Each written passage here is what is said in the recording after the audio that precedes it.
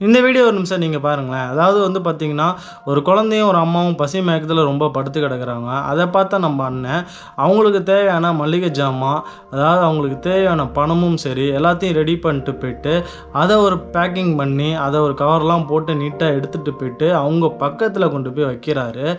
வச்சதுக்கப்புறம் வந்து பார்த்திங்கன்னா, அவங்க தூங்கிட்டு இருக்கவங்கள எழுப்பி சொல்லிட்டு போகாமல் ஒரு மூலையில் போய் நிற்கிறாரு. அவங்க தான் எடுக்கிறாங்கன்றத. வைக்கும்போது அவர் பண்ணுற காரியத்தை பாருங்களேன். அந்த குழந்தைக்கு ஒரு முத்தம் கொடுப்பார் பாருங்க. அதுதான் இருக்கிறதுலே ஹைலைட்டான சீனு.